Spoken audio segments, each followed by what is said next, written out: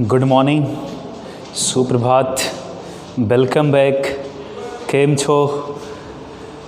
चलिए आज एनवायरनमेंट का जो करंट सेक्शन चल रहा था उसी को हम आगे बढ़ाते हैं। और बहुत ही प्यारे प्यारे करंट्स जितने भी हम आपको दे रहे हैं ना भैया, एनवायरनमेंट्स के करंट आप लोग आसानी से पढ़ते चलिएगा, आराम से पढ़ते चलिएगा। हम आशा करते हैं और हम हर क्लास में बताते हैं कि आने वाला एग्ज़ाम जितना भी है या जितना एग्ज़ाम अभी तक हुआ होगा, अगर आपने पेपर पर नज़र दौड़ाई होगी तो इन्वायरमेंट सेक्शन से क्वेश्चन ज़्यादा पूछे जा रहे हैं, है ना। कारण क्या भैया? क्योंकि प्रकृति को बचाने का प्रयास, कि लोग प्रकृति से अवेयर हों, उसके बारे में जानें, इसीलिए क्वेश्चंस ज़्यादा वहाँ से पूछे जा रहे हैं। ठीक, तो आज का देखिए पहला करंट कौन सा है। बहुत ही प्यारा, बहुत ही मस्त करंट है। एक पक्षी का नाम है ग्रेट इंडियन बस्टर्ड। पक्षी का नाम क्या है भैया? Great Indian bustard. Great Indian bustard. ठीक, अब ग्रेट इंडियन बस्टर्ड है क्या, इसकी विशेषता क्या है, इसी के बारे में जानकारी आपको देंगे। और यह क्यों करंट से क्यों जोड़ा गया इसे। अब ग्रेट इंडियन बस्टर्ड को भैया 20 फरवरी 2020 को, अर्थात हम तिथि भूल जाए कोई दिक्कत नहीं है, सीधे सीधे लिखेंगे क्या भैया, फरवरी 2020 को। कब? फरवरी 2020 को, है ना। फरवरी 2020 को जो ग्रेट इंडियन बस्टर्ड है, इसे किसके साथ, दो जीव और थे। यहाँ से एक चीज़ और आपको मिली, एशियाई हाथी और बंगाल फ्लोरिकन। इसे एशियाई हाथी और भैया तथा बंगाल फ्लोरिकन, बात समझ रहे हैं ना, बंगाल फ्लोरिकन के साथ IUCN ने रेड लिस्ट में शामिल किया। किस में शामिल किया? रेड लिस्ट में शामिल किया। बात समझ पा रहे हैं? तो अगर हमसे पूछा जाए और कैसी रेड लिस्ट में, अति संवेदनशील, ऐसा भी नहीं भैया सिर्फ संवेदनशील, अति संवेदनशील लिस्ट में शामिल किया। किसे? ग्रेट इंडियन बस्टर्ड को। आप शुतुरमुर्ग जानते हैं ना भैया, उसी प्रजाति का ये भी होता है, शुतुरमुर्ग प्रजाति का होता है यह पक्षी, ग्रेट इंडियन बस्टर्ड। बात समझ पा रहे हैं ना। वजन ज़्यादा होता है, उड़ता है लेकिन कम उड़ पाता है भैया, तो धरातली मतलब धरातल पर ज़्यादा ही विचरण करने वाला पक्षी होता है। अब यह राजस्थान का राज्य पक्षी भी है। अगर हमसे पूछा जाए तो ग्रेट इंडियन बस्टर्ड से एक जानकारी और आपको, कि यह राजस्थान का राज्य पक्षी भी है। क्या है भैया? राज्य पक्षी भी है। कहाँ का? राजस्थान का। बात क्लियर हुई इतनी? जल्दी से पॉइंट नोट करिएगा, फिर आगे बढ़ते हैं और चीज़ें आपको बताते हैं। इसके वैज्ञानिक नाम की बात की जाए भैया, तो इसका वैज्ञानिक नाम क्या है? आर्डियोटाइस नाइग्रिसेप्स। इसका वैज्ञानिक नाम क्या भैया? वैज्ञानिक नाम इसका क्या है?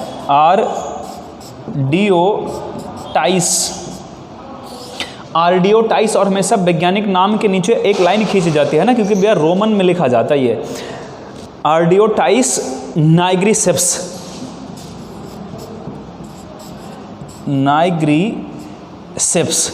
CEPS। बात समझ रहे हैं ना। टॉपिक बहुत ही आसान है, बड़ा मस्त टॉपिक है, और हम आशा करते हैं चीज़ें आपको समझ में आ रही होंगी। हम कई बार आपसे बार बार कहते रहते हैं, जहाँ भी समझ में ना आए तुरंत कमेंट करके बता दीजिएगा कि सर ये चीज़ हमको समझ में नहीं आ रही, फिर से बता दीजिए, हम फिर चर्चा कर देंगे।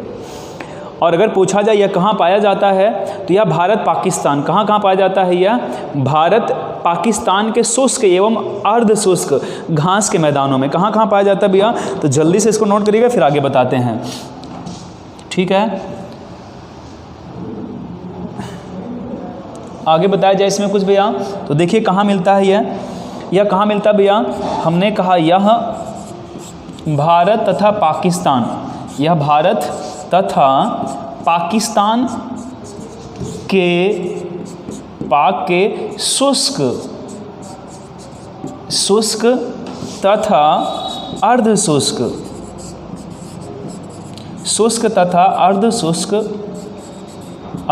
शुष्क घास का जो मैदान होता है, घास के मैदान में पाया जाता है। तो अगर हमसे पूछा जाए पक्षी भैया मिलता कहाँ है हमको, तो हमने कहा भारत और पाकिस्तान के शुष्क तथा अर्ध शुष्क घास के मैदान में पाया जाता है।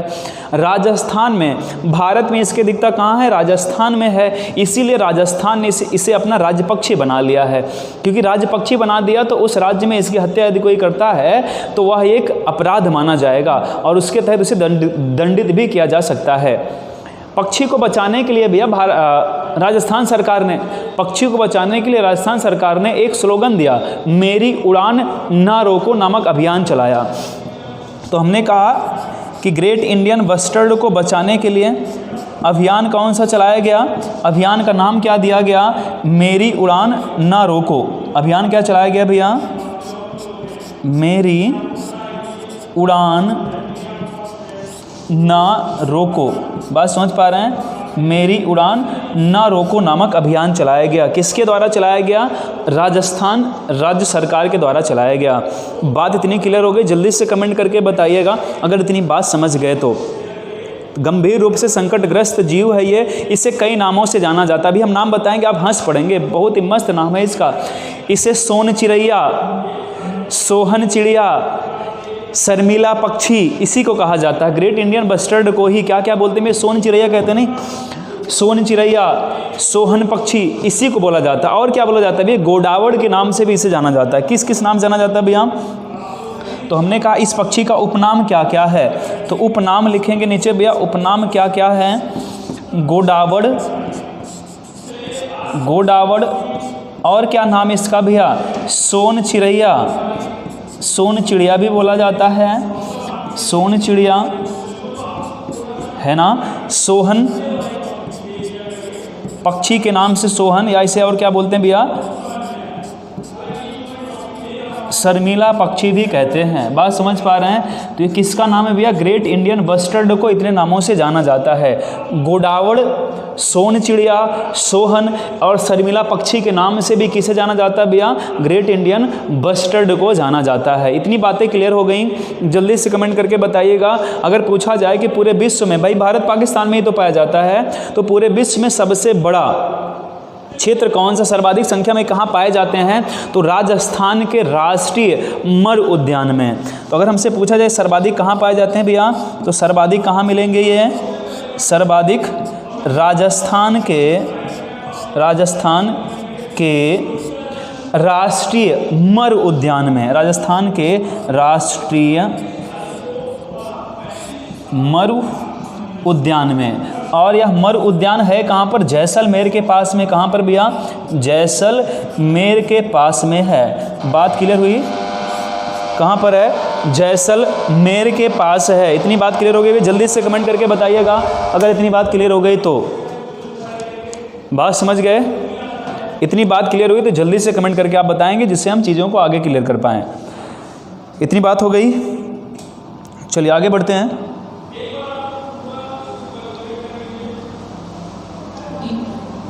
हाँ 3 पे, 1 पे किया आपने शायद, उसको 1 पे किया क्या, तो ठीक। चलिए बात क्लियर हो गई भैया, इतनी बात समझ में आई तो हमने ग्रेट इंडियन बस्टर्ड की बात आपसे की और बेहतर चर्चा की। हम आशा करते हैं कि आपको ये चीज़ें समझ में आई होंगी। अगला क्वेश्चन आपसे पूछा जाएगा भैया कि हाल ही में किस देश ने एक पक्षी है और उस पक्षी का नाम है भैया हवारा बस्टर्ड। क्या नाम है भैया, ह्यूबारा के नाम से भी जाना जाता है भैया, या हुबारा के नाम से भी जाना जाता है। हुबारा बस्टर्ड भैया अभी हाल ही में पूछा गया, किस देश ने हुबारा पक्षी को, कतर के कुछ शाही परिवार हैं उन्हें मतलब मारने का अधिकार दिया, शिकार का अधिकार दे दिया, मतलब वो शिकार कर सकते हैं। तो हुबारा बस्टर्ड जो भी पाकिस्तान सरकार ने कतर के अमीर और शाही परिवार के 9 सदस्यों को, कतर के अमीर और शाही परिवार के 9 सदस्यों को क्या किया भैया, अंतर्राष्ट्रीय स्तर पर, है ना, संरक्षित पक्षी को शिकार की अनुमति दी। अब पाया भी पाकिस्तान में अधिक मात्रा में जाता है, जो मध्य एशिया का देश है उधर सर्वाधिक मात्रा में मिलता है, या तो कहाँ मिलता है भैया, पाकिस्तान की तरफ मिलता है। तो पाकिस्तान का जो सिंध प्रांत है ना, वहीं पर ये सर्वाधिक मात्रा में पाया जाता है। पाकिस्तान का जो सिंध प्रांत है वहीं पर ये सर्वाधिक मात्रा में पाया जाता है। तो अगली पक्षी हम कौन से बताना चाह रहे हैं भैया, हुबारा बस्टर्ड। नाम सुनते चलिए भैया, हुबारा या हुबारा भी कहीं लिखा रहता है भैया, तो हुबारा बस्टर्ड। अब ये क्यों भैया फेमस हुई, क्योंकि हाल ही में पाकिस्तान ने, किसने भैया, हमने कहा हाल ही में किसने, पाक सरकार ने, पाकिस्तान ने कतर के शाही परिवार, कतर के शाही परिवार के 9 सदस्यों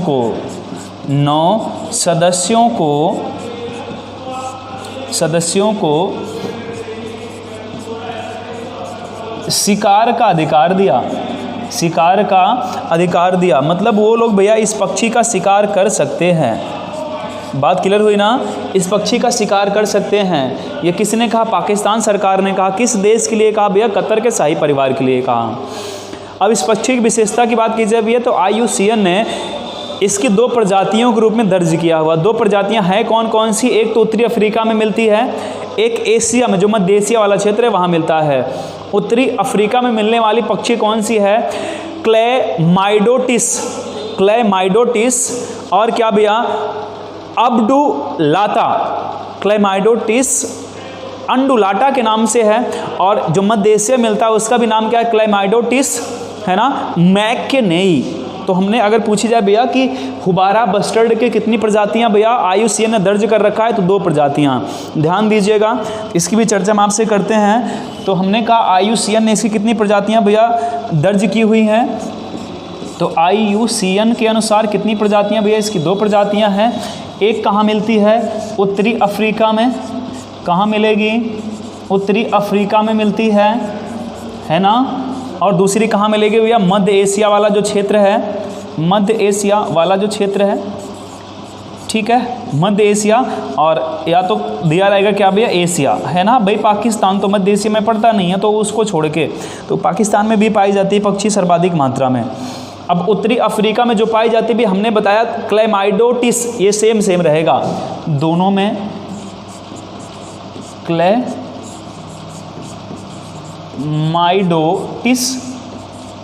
बात समझ रहे हैं, क्लेमाइडोटिस। और क्या भाई इसके आगे हम जोड़ेंगे अंडुलाटा, क्लेमाइडोटिस अंडुलाटा, है ना।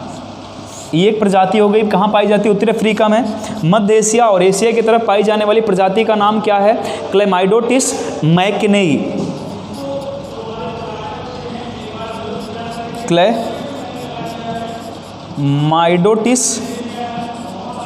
क्लेमाइडोटिस मैकनेई। बात समझ पा रहे हैं, क्लेमाइडोटिस मैकनेई। तो 2 प्रजातियां इसकी भी सूचीबद्ध हैं IUCN की सूची में। तो ये भी पॉइंट इंपॉर्टेंट हो जाता है भैया। अब बसंत में प्रजनन के बाद ये करती क्या है कि एशियाई बस्टर्ड जो होती हैं वो दक्षिण में, जो एशियाई बस्टर्ड होती है ना, वे बसंत ऋतु में प्रजनन करती हैं, और प्रजनन के बाद किधर भैया ये चली जाती हैं, ये पाकिस्तान, अरब प्रायद्वीप के आसपास के क्षेत्रों में चली जाती हैं, ठीक है। तो अब वहीं पर भैया ये जो अपनी प्रजातियों को बढ़ाने का काम उधर ही रह के करना शुरू करती हैं, क्योंकि वहीं पर इनके लिए जो सफिशिएंट टेम्परेचर है मिलता है। तो हमने कहा, तो यहाँ से एक पॉइंट आप और जान पाए कि प्रजनन कब होता है, बसंत ऋतु में। तो हमने कहा भैया कि बसंत में प्रजनन के बाद, बसंत में प्रजनन के बाद जो एशियाई बस्टर्ड होती हैं, उत्तरी अफ्रीका वाली तो वहीं पर रहती हैं, जो एशियाई बस्टर्ड होती हैं वो चाहे जिस क्षेत्र में पाई जाएंगी, एशिया के चाहे जिस क्षेत्र में होंगी, एशियाई बस्टर्ड किधर चलना शुरू कर देती हैं। एशियाई बस्टर्ड किधर जाएंगी भैया, हमने कहा ये पाकिस्तान की तरफ आने लगती हैं, अरब प्रायद्वीप की तरफ आने लगती हैं। कहाँ आएंगी भैया, पाक तथा अरब प्रायद्वीप की तरफ, है ना, प्रवास करती हैं, प्रवास करती हैं। किधर किधर भैया? हमने कहा पाक तथा अरब प्रायद्वीप की तरफ ये प्रवास करती हैं। कब? बसंत ऋतु में प्रजनन के बाद। बात क्लियर हुई यहाँ तक भैया, है ना? अब क्योंकि भैया सर्दियों में पलायन करती है ना ये भैया दक्षिण पश्चिम एशिया में भैया सर्दियों में पलायन करती हैं। दक्षिण पश्चिम एशिया में कब पलायन करती हैं? अगर ये पॉइंट हमसे पूछा जाए तो दक्षिण पश्चिम एशिया में, दक्षिण पश्चिम एशिया में ये कब पलायन करती हैं भैया? सर्दियों में। दक्षिण पश्चिम एशिया में सर्दियों में पलायन करती हैं। ठीक है। प्रजनन के दौरान याद रखिए कहाँ जाती हैं भैया? पाकिस्तान और अरब प्रायद्वीप की तरफ। दक्षिण पश्चिम एशिया में कब जाती हैं भैया? सर्दियों के समय में पलायन कर जाती हैं। शिकार का क्षेत्र क्या है भैया? बलूचिस्तान और पंजाब का जो क्षेत्र ना, सिंध का क्षेत्र, बलूचिस्तान और जो पंजाब का सिंध क्षेत्र है भैया, वो इसके शिकार का क्षेत्र माना जाता है। पॉइंट क्लियर हुआ यहाँ तक? चलिए आगे बढ़ते हैं भैया। हमने कहा शिकार का क्षेत्र कहाँ कहाँ है इसका, तो शिकार का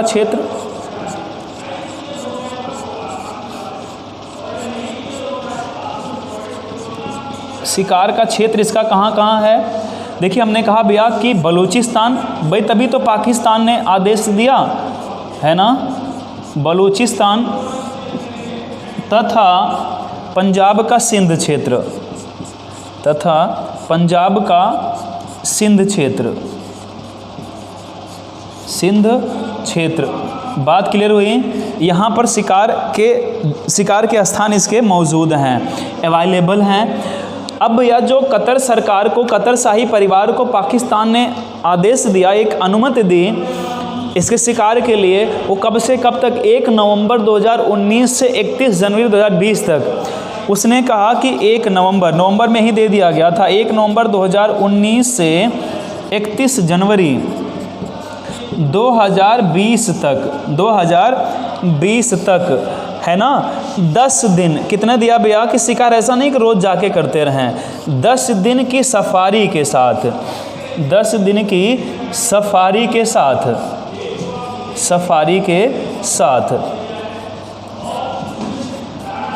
100 कितने भैया? 100 पक्षियों का शिकार कर सकते हैं। तो अगर हमसे पूछा जाए कितने दिन की सफारी के साथ, सफारी का मतलब क्या होता है भैया? जैसे भारत में स्थापित नहीं है, सफारी का मतलब होता भी है कि जो घूमने के लिए स्थान वहाँ पर बना दिया जाए और पर्टिकुलर देखिए व्यवस्था कर दी जाए, यातायात की व्यवस्था कर दी जाए, मतलब वो बैठ कर लोग उसमें जाकर देख सकें वहाँ क्या क्या चीज़ें कहाँ कहाँ पर हैं, है ना। तो ये 10 दिन की सफारी के साथ 100 पक्षियों के शिकार की अनुमति किसने दी? पाकिस्तान सरकार ने। किसने दी भैया? पाकिस्तान सरकार ने दी।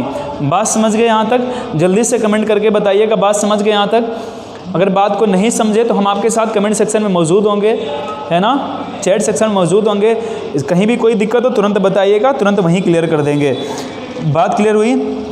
बाकी मुझे नहीं लगता कोई दिक्कत होनी चाहिए। जो इम्पोर्टेंट्स पॉइंट्स होते हैं भैया वो हम इसीलिए चर्चा करते हुए चलते हैं, इसीलिए हम कोशिश करते हैं कोई भी पॉइंट छूटे ना, है ना। अगली बात करते हैं भैया, एक क्षेत्र होता है जिसको बोलते हैं भैया CRG। क्या बोलते हैं भैया? CRG क्षेत्र बोला जाता है। इसका मतलब क्या होता है भैया? तटीय विनियमन क्षेत्र। ठीक, एक क्षेत्र कौन सा भैया? तटीय विनियमन क्षेत्र, तटीय विनियमन क्षेत्र। ठीक है, तटीय विनियमन क्षेत्र का मतलब क्या होता है भैया? CRZ, तटीय कोस्टल रीजन जोन जो होता है भैया, तटीय विनियमन क्षेत्र होता है। इसकी बात की जाए तो ये करंट से रिलेट कैसे कर दिया गया? अभी हाल में सुप्रीम कोर्ट ने भैया हाल ही में सुप्रीम कोर्ट ने केरल में स्थापित जो एर्नाकुलम के मारू नगर पालिका में, एर्नाकुलम के मारू नगर पालिका में तटीय विनियमन क्षेत्र नियमों के उल्लंघन के लिए 5 अपार्टमेंट को ध्वस्त करने का आदेश दिया। तो अगर हमसे पूछा जाए भैया कि तटीय विनियमन क्षेत्र के लिए को बचाने के लिए किस राज्य के 5 अपार्टमेंट को ध्वस्त करने का आदेश दिया सुप्रीम कोर्ट ने भैया? तो केरल के 5 अपार्टमेंट को ध्वस्त करने का आदेश दिया। वो क्षेत्र है कहाँ पर? हमने कहा एर्नाकुलम के मारू नगर पालिका में। एर्नाकुलम के मारू नगर पालिका में। इसकी स्थापना भैया गठन कब हुआ था? 1991 में। 1991 में इसका गठन करके ये किया गया कि जो तट है ना, जो तटीय क्षेत्र है ना भैया, तटीय मतलब जो महासागरों से लगे हुए क्षेत्र हैं, वहाँ पर पर्यावरण को बेहतर करने के लिए, पर्यावरण को बचाने के लिए ही जो तटीय क्षेत्र हैं, इसीलिए CRZ की स्थापना की गई 1991 में। कब की गई? 1991 में की गई। और सुप्रीम कोर्ट ने एर्नाकुलम, कहाँ पर? एर्नाकुलम के मारू नगर पालिका में, एर्नाकुलम के मारू नगर पालिका में क्या किया भैया? 5 अपार्टमेंट को ध्वस्त करने का आदेश दे दिया। बात क्लियर हो गई यहाँ तक भैया? 5 अपार्टमेंट को ध्वस्त करने का आदेश दे दिया। CRZ भैया 4 श्रेणियों में बटा हुआ है। कितनी श्रेणियों में बटा हुआ है? 4 श्रेणियों में बटा हुआ है। CRZ first, CRZ second, CRZ third और CRZ फोर्थ। 4 श्रेणियों में बटा हुआ है। चारों का मतलब अभी आपको हम बता रहे हैं किसको बोलेंगे, क्यों ऐसा किया गया। ठीक है, तो हमने कहा सुप्रीम कोर्ट ने हाल ही में, तो ये भैया क्यों इंपॉर्टेंट है, ये क्यों करंट से संबंधित है, ये हमने कहा कि सुप्रीम कोर्ट ने हाल ही में कहाँ पर? केरल के एर्नाकुलम, केरल के एर्नाकुलम के मारू नगर पालिका में, एर्नाकुलम के मारू नगर पालिका में तट पर स्थित अपार्टमेंट थे भैया, घर नहीं थे छोटे छोटे, स्थित 5 अपार्टमेंट को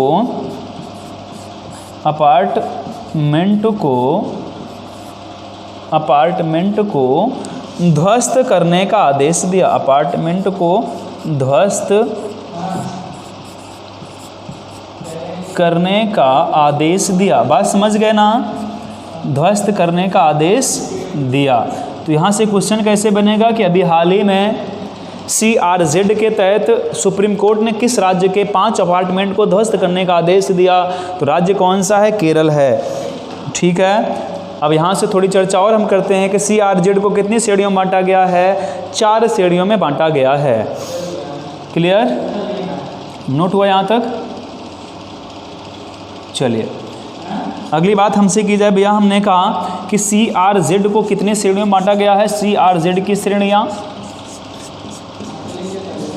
ये ऐसे करंट हैं जो कहीं मिलेंगे नहीं आपको। हम गारंटी लेते हैं कि यूट्यूब चैनल पर रेयर केस में हो सकता मिल जाए, नहीं तो मिलना असंभव है। बड़ी खोजबीन के बाद आपको हम ये सारे मैटर प्रोवाइड करवाते हैं। बात समझ रहे हैं ना?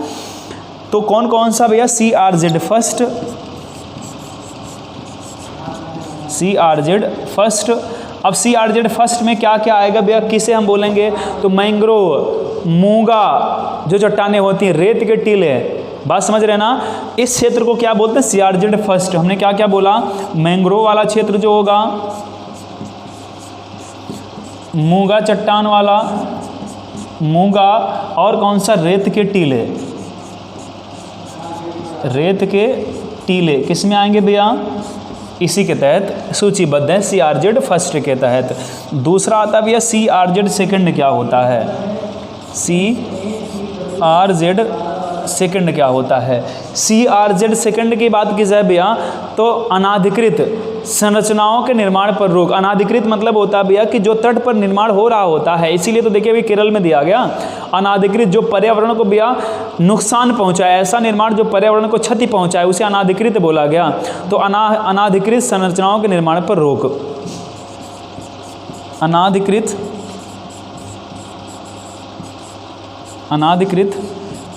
संरचनाओं के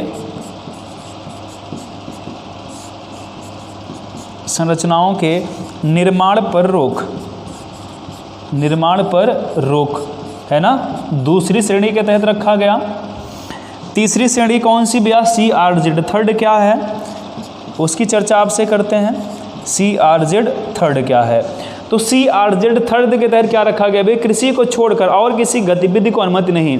जो तटीय क्षेत्र है उसमें कृषि की थोड़ी बहुत छूट दी गई है। कृषि को छोड़कर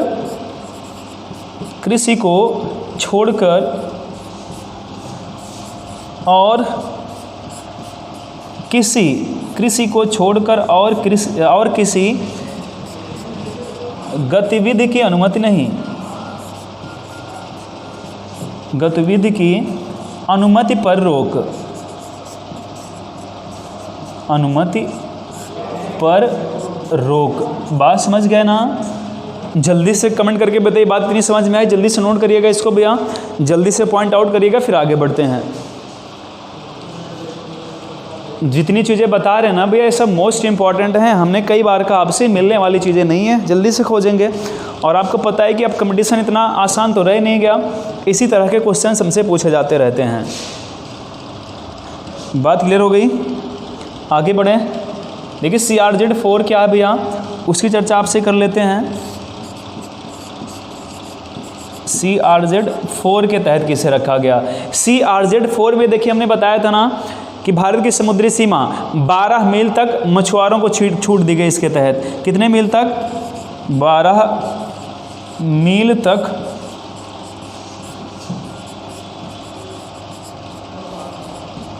मछुआरों को छूट, 12 मील तक मछुआरों को छूट किसके तहत दी गई भैया?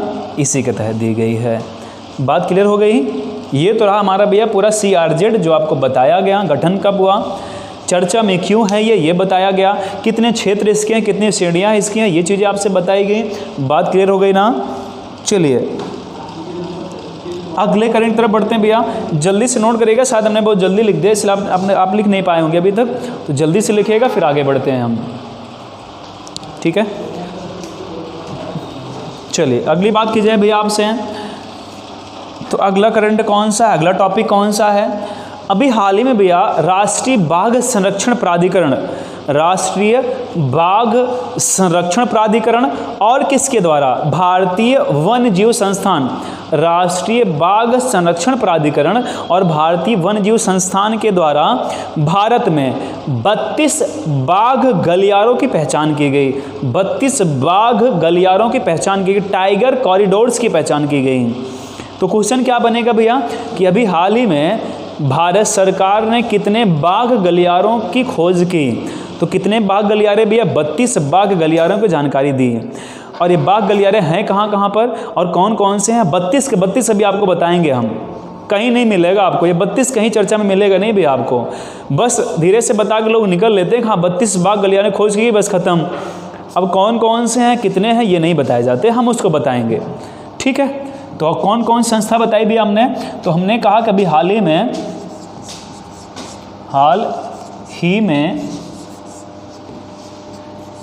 32 बाघ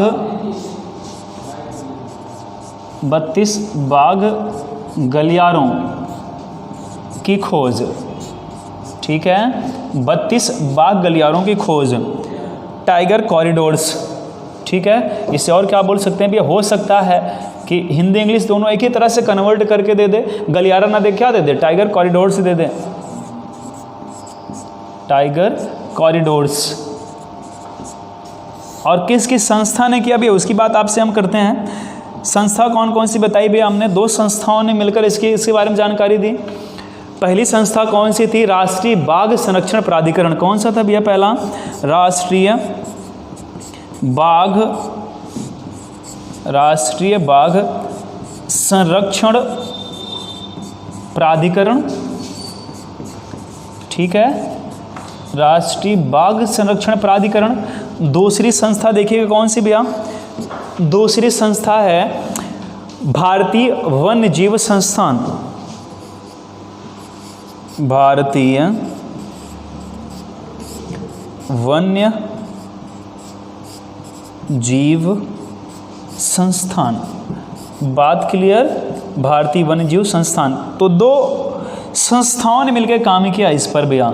तो पहला कौन सा? राष्ट्रीय बाघ संरक्षण प्राधिकरण, जिसे क्या बोल सकते हैं हम? National tiger conservation authority. National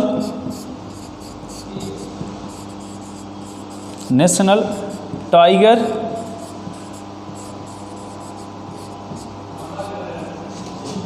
conservation authority. बात समझ गए? और दूसरा कौन सा हमने कहा, भारतीय वन्यजीव संस्थान है ना, दूसरा भारतीय वन्यजीव संस्थान है। Indian wild life institute of, या कैसे कर सकते हैं भैया, wild life institute of India, wild life institute of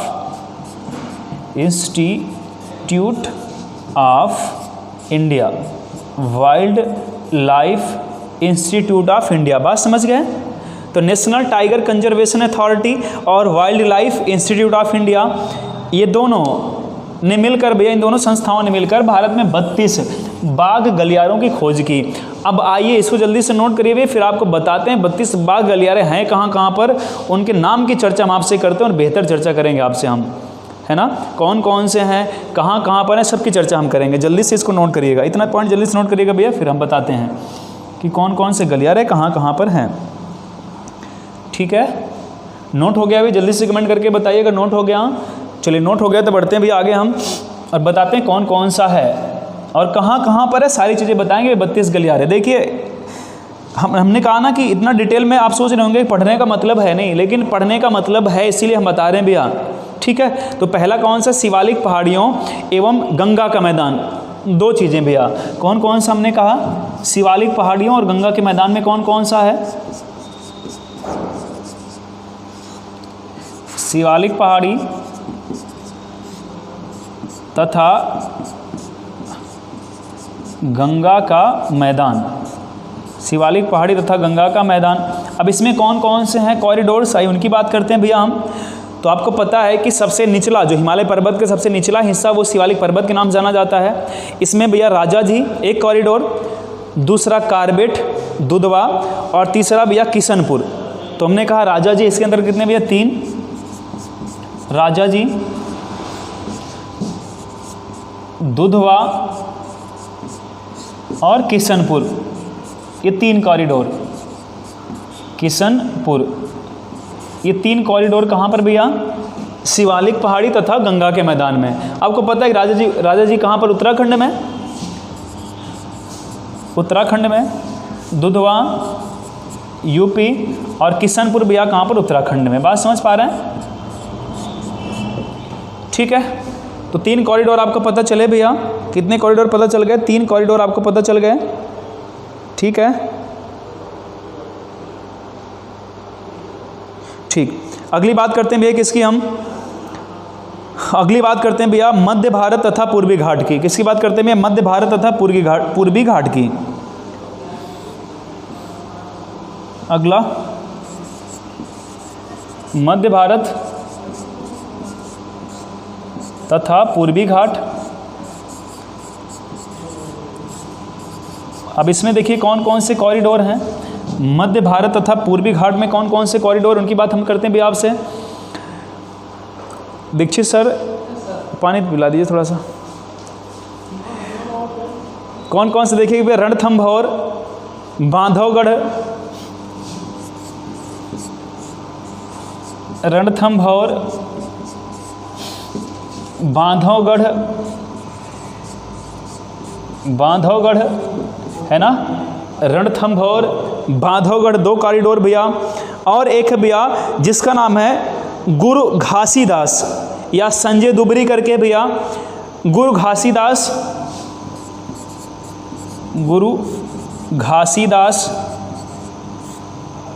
ठीक है, तो जल्दी से नोट करिए फिर आगे बताते हैं, गुरु घासीदास।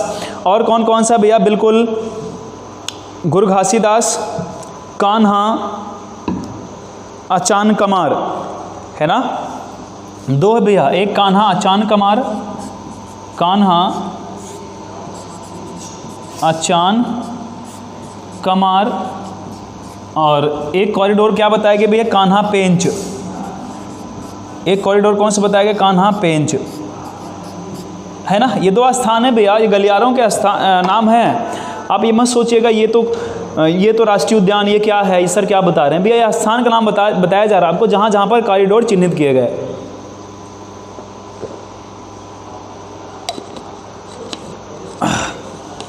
ठीक है, रणथंभौर कहाँ पर भैया, राजस्थान में। बांधवगढ़ कहाँ पर भैया, ये कहाँ पर भैया? राजस्थान में। ये चीज़ कहाँ पर? राजस्थान में है ना। रणथंभौर कहाँ पर? राजस्थान में। बांधवगढ़ कहाँ पे? एमपी और छत्तीसगढ़ में है। एमपी और छत्तीसगढ़ में। गुरदासपुर भैया एमपी में। कान्हा कहाँ पर? एमपी में। कान्हा पेंच कहाँ पर? एमपी में। बात क्लियर हुई भैया? जल्दी से नोट करिए फिर आगे बताते हैं। जल्दी से नोट करिएगा फिर आगे बताते हैं भैया। कान्हा अचान और कान्हा पेंच हो गया भैया, दो चीज़ें हुई। और इसमें भैया पेंच सतपुड़ा है ना, जो पेंच सतपुड़ा वाली श्रेणी है ना भैया, तो सतपुड़ा वाली श्रेणी को भी भैया कॉरिडोर के रूप में घोषित किया गया। और 90 गांव, जो इंद्रावती नदी वाला क्षेत्र है ना, 90 गांव को भी तो हमने कहा सतपुड़ा और मेलघाट।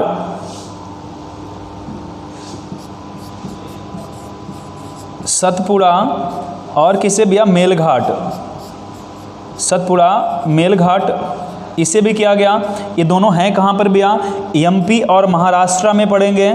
एमपी और महाराष्ट्र में पढ़ेंगे। बात समझ रहे हैं ना? नोट करते चलिएगा भैया साथ साथ में।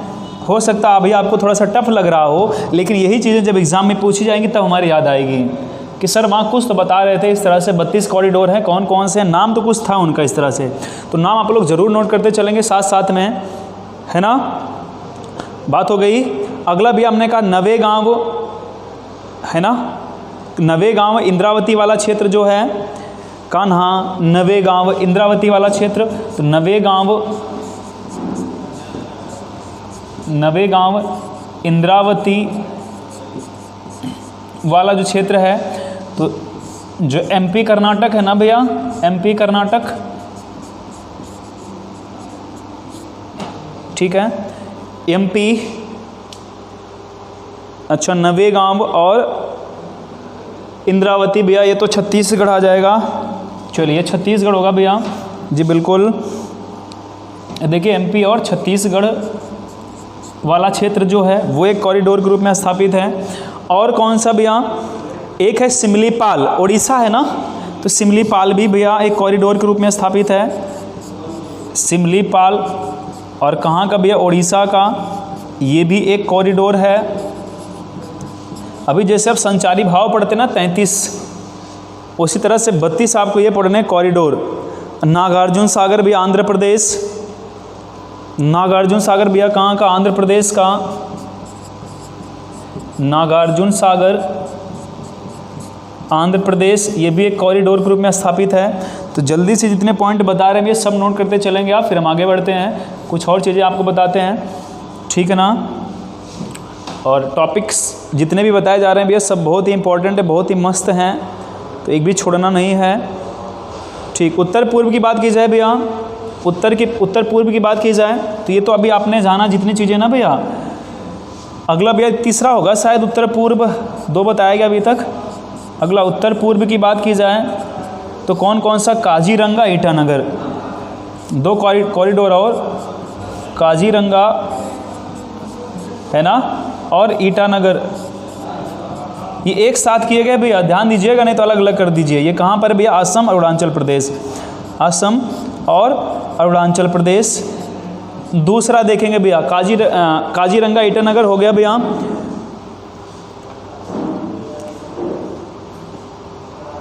चलिए काजीरंगा ईटानगर हो गया भैया। अगला भैया एक एंगलोंग करके है, एंगलोंग करके भी असम में है। एक नामेरी है, एंगलोंग ये भी असम में है। एक नामेरी, ये भी कहाँ पर? असम में। अभी हमको पता है ये ऊपर ऊपर से उड़ रहा होगा, आप लोगों को लग रहा होगा ये तो हमारे लिए बिल्कुल नया है, पता नहीं सर क्या 32 नाम बता रहे हैं। नाम आप नोट कर लीजिएगा, आपकी जिम्मेदारी इतनी है, सिर्फ नाम नोट करके आप छोड़ दीजिएगा। और कभी कभी बीच बीच में पढ़ भी लीजिएगा, उससे होगा कि अभी मान लीजिए आपसे पूछ लिया गया, बाई चांस पूछ लिया गया, तो आप बता पाएंगे इसमें से कौन सा टाइगर कॉरिडोर के रूप में स्थापित है। तो कम से कम आप नाम सुने रहेंगे, कुछ ना कुछ तो कर पाएंगे वहाँ पर। 32 नाम अगर आप सुने हैं तो कुछ ना कुछ वहाँ दिमाग जरूर काम करेगा, हाँ सर वहाँ तो कुछ तो बताए थे, इस तरह से कुछ उन्होंने बताया था। बात समझ गए। अगला कौन सा भी? ओरांग और पापुम पाने। ओरांग भी असम में, ओरांग ये भी असम में, और पापुन पाने, ये भी कहाँ पर भी, असम में। तो 2 कॉरिडोर इधर आपको मिला भैया असम में, ठीक है। इतनी बातें समझ में आ रही ना भैया, बात समझ पा रहे ना। मानस और कौन सा भैया, इधर मानस, ये भी कहाँ पर, असम में, ठीक। मानस भी कहाँ पर भैया, असम में। और कौन सा है मानस के अलावा, मानस के अलावा भैया रुपई है ना, रुपई करके भैया, ये भी कहाँ पर है। इसमें है भैया 2 चीज़ें हैं, एक है सोनई और रुपई, अरुणाचल प्रदेश और असम में दोनों है ना। डिब्रू है ना, डिब्रू साइखोवा, तो हमने कहा डिब्रू, आप डिब्रूगढ़ सुनते हैं ना भैया, डिब्रू असम में है डिब्रू। और कौन सा, साइखोवा, साइखोवा, डिब्रू और साइखोवा, ये भी दोनों कहाँ पर है, असम में। डिब्रू और साइखोवा भी कहाँ पर हैं, असम में है। तो हम बात कर रहे हैं भैया किसकी, डिब्रू और साइखोवा कहाँ पर, हमने कहा भैया असम और अरुणाचल प्रदेश में, असम और अरुणाचल प्रदेश में। बात क्लियर, जल्दी से नोट करेंगे भैया, बिल्कुल। डिब्रू और साइखोवा कहाँ पर, असम अरुणाचल प्रदेश में। अगला भैया कौन सा है, रुपई, असम में है ना, रुपई, ये भी कहाँ पर भैया, असम में। हमें पता है कुछ लोग कमेंट जरूर करेंगे, सर ये कुछ समझ में नहीं आ रहा क्या बता रहे हैं आप, क्योंकि हमें लग रहा है कि हम बहुत ज़्यादा कर रहे हैं, आप डिटेल में ज़्यादा चले गए, ज़्यादा डिटेल में बता रहे हैं। इतनी चीज़ें बतानी नहीं थी आपको, नहीं तो ऊपर से उड़ रहा होगा। लेकिन हमने कहा एक बार आपको बता देते हैं, जिससे ये चीज़ें आपको पता रहे भैया, कभी भूलें ना आप, और रिवीजन करते रहें, तो हो सकता है पूछ ले जाए तो आप बता ले जाएँ। एक है कामलांग और बुक्सा, 2 चीज़ें भैया, कामलांग अरुणाचल प्रदेश, कामलांग अरुणाचल प्रदेश, और बुक्सा कहाँ पर, पश्चिम बंगाल। बुक्सा भी भैया कहाँ पर, पश्चिम बंगाल में। जल्दी से इतने पॉइंट्स नोट करिएगा, फिर आगे बढ़ते हैं। जल्दी से इतना पॉइंट नोट करिए, फिर आगे बढ़ते हैं। उत्तर पूर्व आपने लिख लिया ना भैया, अब पश्चिमी घाट का लिख लेते हैं भैया थोड़ा सा। जो पश्चिमी घाट में स्थित हैं, आप काउंट करेंगे तो मे बी 32 आपको मिलेगा, काउंट करेंगे तो 32 आपको मिलेगा। अगली बात करते हैं भैया लास्ट, पश्चिमी घाट, ये चौथा होगा हमें लगता है। पश्चिमी घाट किसकी बात करते हैं भैया, पश्चिमी घाट की बात करते हैं। अब पश्चिमी घाट में देखेंगे भैया कौन कौन से हैं जो टाइगर कॉरिडोर्स हैं, कौन कौन से, सह्याद्री है ना, महाराष्ट्र गोवा की तरफ, और कौन सा भैया जो शरावती कर्नाटक की तरफ, तो सह्याद्री, ये कहाँ पर बने का भैया, महाराष्ट्र गोवा वाला क्षेत्र जो होता है। और कौन सा भैया, शरावती कर्नाटक, शरावती क्या होता है भैया, कर्नाटक। क्लियर हुआ इतना, ठीक। दोनों पॉइंट नोट करिएगा, तो शरावती कर्नाटक और सह्याद्री महाराष्ट्र और गोवा, है ना। ये 2 कॉरिडोर्स आपको मिले। और कौन से कॉरिडोर्स में, कुंद्रेमुख कर्नाटक में भी है, कौन सा भैया, कुंद्रेमुख, कुंद्रेमुख, ये भी कहाँ है, कर्नाटक में। ये भी एक कॉरिडोर है, ये भी क्या, एक कॉरिडोर है। बात क्लियर हुई। तो 3 पॉइंट्स यहाँ से हमको मिलने भी, और भी इसमें है, जैसे नागरहोल, ये भी कर्नाटक में है, पुष्पगिरी नागरहोल। तो कौन कौन सा हमने कहा भैया, नागरहोल, नागरहोल, पुष्पगिरी, पुष्पगिरी, ये भी कहाँ पर, कर्नाटक में। कहाँ पर है ये, कर्नाटक में। जल्दी से नोट करिए, फिर आगे बताते हैं। नागरहोल, पुष्पगिरी भी कहाँ पर भैया, कर्नाटक में। मुदुमलाई, वायनाड, ये दोनों कहाँ पर भैया, केरल और तमिलनाडु में। वायनाड भैया केरल में, मुदुमलाई कहाँ पर, तमिलनाडु में। तो हमने कहा वायनाड, वायनाड, मुदुमलाई, कामा, जहाँ कामा लगा रहे हैं ना भैया, मुदुमलाई। हमने कहा जहाँ पर जैसे अभी एक हुआ, ये दोनों मिलाकर क्या हुआ, एक हुआ। ये कहाँ पर हमने कहा भैया, ये कहाँ पर है, वायनाड केरल में। तो केरल और तमिलनाडु, केरल और तमिलनाडु, मुदुमलाई और वायनाड, है ना। और एर्नाकुलम, कौन सा भी, एर्नाकुलम, ठीक है। तो तो एक एर्नाकुलम भी है, एर्नाकुलम, ये भी कहाँ पर है? केरल में है। एर्नाकुलम भी केरल में है। आप टोटल जहाँ जहाँ काम हम लगा रहे हैं वहाँ वहाँ काउंट करेंगे तो आपको 32 टोटल मिलेंगे। कितने मिलेंगे?